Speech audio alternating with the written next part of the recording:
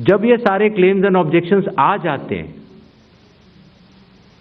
तो उसके बाद जो उस इलाके का एसडीएम होता है, जिसको कई जगहों पर इलेक्टोरल रजिस्ट्रेशन ऑफिसर भी बोलते हैं, जो कि स्टेट गवर्नमेंट का एक अधिकारी होता है, वो उस पर एक निर्णय लेता है और निर्णय करने के बाद एक अंतिम सूची का प्रकाशन करता है। ये प्रक्रिया में आपके माध्यम से सभी मतदाताओं को बताना चाहता हूं, जिससे कि उन्हें भी सनद रहे कि पूरी प्रक्रिया होती क्या है।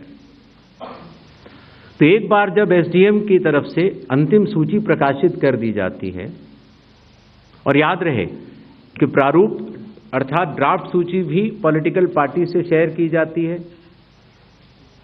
और अंतिम सूची भी पॉलिटिकल पार्टी से शेयर की जाती है, और आजकल चूंकि तकनीकी का जमाना है तो वेबसाइट पर भी इलेक्शन कमीशन की अवेलेबल होती है। इसके बाद भी अगर कोई भी त्रुटि रह जाए तो उस जिले के डीएम के पास एक अपील होती है, और अगर डीएम से भी उस त्रुटि का समाधान न निकले तो उसके ऊपर उस प्रदेश के चीफ इलेक्टोरल ऑफिसर के पास एक अपील होती है। जो अंतिम सूची प्रकाशित हो जाती है उसके ऊपर हो जाते हैं चुनाव। जब चुनाव होते हैं तो पॉलिटिकल पार्टीज अपने कैंडिडेट्स को खड़ा करती हैं और उन कैंडिडेट्स को यह सूची एक बार फिर दे दी जाती है कि इस सूची के ऊपर मतदान होगा, और यह सूची मतदान केंद्रवार दी जाती। इस प्रक्रिया के बाद जब चुनावी मतदान होता है तो मतदान केंद्र के अंदर हर प्रत्याशी को यह अधिकार होता है कि वो पोलिंग एजेंट्स को नामित करे, और वही सूची पोलिंग एजेंट्स के पास भी होती है। तो उदाहरण के तौर पर जब हमारा कोई मतदाता जब मतदान करने जाता है तो पोलिंग एजेंट्स देखते हैं, और अगर कोई गलत व्यक्ति जा रहा है या कोई 2 बार जा रहा है तो उसके ऊपर ऑब्जेक्शन भी कर सकते हैं। मतदान प्रक्रिया समाप्त होने के बाद मतगणना होती है, और मतगणना के बाद रिटर्निंग ऑफिसर रिजल्ट्स डिक्लेयर कर देते हैं। यह एक डिसेंट्रलाइज्ड कंस्ट्रक्ट है। संविधान के अनुसार ये पूरी जिम्मेदारी चुनाव आयोग की है, लेकिन लोक प्रतिनिधित्व कानून के तहत चुनाव आयोग तो एक छोटा सा 800 लोगों का एक समूह है। तो लोक प्रतिनिधित्व कानून के तहत चीफ इलेक्टोरल ऑफिसर, हर जिले का डिस्ट्रिक्ट कलेक्टर, जिसको डिस्ट्रिक्ट इलेक्टोरल ऑफिसर भी कहा जाता है, हर असेंबली कॉन्स्टिट्यूएंसी का इलेक्टोरल रजिस्ट्रेशन ऑफिसर जो कि एसडीएम भी होता है, बूथ लेवल ऑफिसर्स, ये सभी के सभी सिर्फ इसी काम के लिए चुनाव आयोग के पास डेपुटेशन पर भी रहते हैं, सिर्फ मतदाता सूची और मतदान कराने के लिए। तो जब रिटर्निंग ऑफिसर रिजल्ट डिक्लेयर कर देता है, उसके बाद भी कानून में प्रावधान है कि आप 45 डेज के अंदर आप उच्च न्यायालय जाकर एक चुनावी याचिका दायर कर सकते हैं और चुनाव को चैलेंज कर सकते हैं। जब यह प्रक्रिया 45 दिन समाप्त हो जाते हैं, उसके बाद इस तरह के निराधार आरोप लगाना, चाहे वो केरल हो, चाहे वो कर्नाटक हो, चाहे वो बिहार हो, जब 45 दिन चुनाव के बाद पूर्ण हो चुके हैं और किसी भी दल को, किसी भी कैंडिडेट को कोई भी गलती नजर नहीं आई, तो आज इतने दिनों के बाद इस तरह के निराधार आरोप लगाना, उनका उद्देश्य क्या है, ये सारे मतदाता और देश की जनता पूरा समझती है। जहां तक स्पेशल इंटेंसिव रिवीजन की जरूरत क्यों पड़ी, और स्पेशल इंटेंसिव रिवीजन में और नॉर्मल जो रिवीजन हर साल होता है, दोनों में क्या फर्क है, ये बहुत अहम सवाल है। पिछले 20 सालों में हर साल रिवीजन होता रहा। और जो एनुअल रिवीजन होता है उसमें साधारण तौर से एब्सेंटी, शिफ्टेड और एक जिसे कहते हैं कि एक रैंडम तरीके से उसका रिवीजन कर लिया जाता है।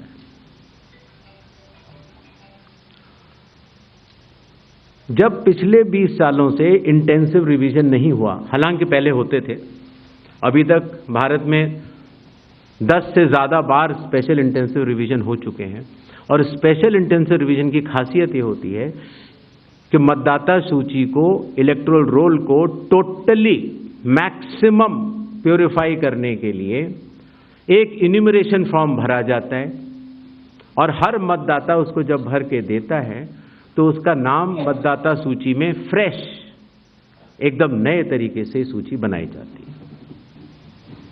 और ये इंटेंसिव रिवीजन इसलिए भी आवश्यक हो गया, एक तो सभी राजनीतिक दलों की लगातार शिकायतें आती जाती हैं कि साहब वहां पर वोट बढ़ गए, वहां पर वोट कट गए, इन लोगों का वोट सही बना, इन लोगों का वोट गलत बना। साथ ही साथ समय के साथ कई लोग जो गांव में रहते थे, जहां पर उनका वोट था, वो शहर में आ गए, उनका वोट गांव में रह गया। और जब वो शहर में आए तो वोट कटवाने की प्रक्रिया की भी अपनी कानूनी जटिलताएं हैं, तो उनका वोट गांव में भी रह गया, शहर में भी हो गया। और आजकल आपको पता है, जैसे जैसे भारत का विकास होता जा रहा है, वैसे वैसे लोग शहर छोड़ के भी दूसरे शहरों में भी जाते हैं। मुझे आशा है कि जितने हमारे मीडिया बंधु हैं वो भी शायद किसी न किसी दूसरे शहर को छोड़ के यहाँ पर आए होंगे। तो जब वो यहाँ रहने लग जाते हैं तो उनका वोट यहाँ भी बन जाता है। तो इस तरह से करते करते एक व्यक्ति के जाने या अनजाने में कई जगह वोट रह गए। तो मतदाता सूची को शुद्ध करने के लिए इन्यूमरेशन फॉर्म एकमात्र रास्ता रह जाता है। क्योंकि मैं आपको एक उदाहरण भी देता हूं। जैसे मान लीजिए श्रीपर्णा चक्रवर्ती जी हैं, उनका पहला वोट था श्रीपर्णा चक्रवर्ती के नाम से। दूसरा वोट जब वो दूसरी बार उन्होंने भरा तो उन्होंने भर दिया एस चक्रवर्ती। पिताजी का नाम मुझे पता नहीं है, माफ करें, लेकिन ए बी चक्रवर्ती भरा। अगली जगह जब उन्होंने भरा तो उन्होंने कहा कि नहीं, अखिल बी चक्रवर्ती। तो यह असंभव हो जाता है जानना कि ये दो व्यक्ति एक हैं कि नहीं। तो एक ही तरीका है कि उसके लिए इन्यूमरेशन फॉर्म जारी किए जाएं और एक व्यक्ति एक बार में एक ही इन्यूमरेशन फॉर्म भरेगा, जिससे कि मतदाता सूची का शुद्धिकरण भी होगा। अगर उनका नाम गलत लिख गया है तो वो भी वो सही कर सकते हैं, अगर उनकी फोटो ठीक नहीं है तो वो भी सही कर सकते हैं, अगर उनका पता ठीक नहीं है, माता पिता का नाम ठीक नहीं है तो वो भी ठीक कर सकते हैं। तो ये रही SIR की आवश्यकता। SIR में डोर टू डोर जाना पड़ता है। बूथ लेवल ऑफिसर हमारे बिहार के लगभग 90,000 बूथ लेवल ऑफिसर्स 7,89,00,000 लोगों के घर घर जाकर उन्होंने एक एक व्यक्ति को ये इन्यूमरेशन फॉर्म दिया। जो लोग मृत पाए गए या जो लोग घर पे नहीं थे, जो उन्होंने पड़ोसियों ने कहा या उनके घर वालों ने कहा कि ये परमानेंटली शिफ्ट हो गए हैं, या जिन लोगों ने कहा कि नहीं साहब मैं तो पहले ही दूसरी जगह इन्यूमरेशन फॉर्म भर चुका हूं, अर्थात उसका नाम 2 जगह था, ऐसे लोगों के फॉर्म वापस नहीं मिले और 7,24,00,000 फॉर्म वापस मिले 30 दिन के अंदर।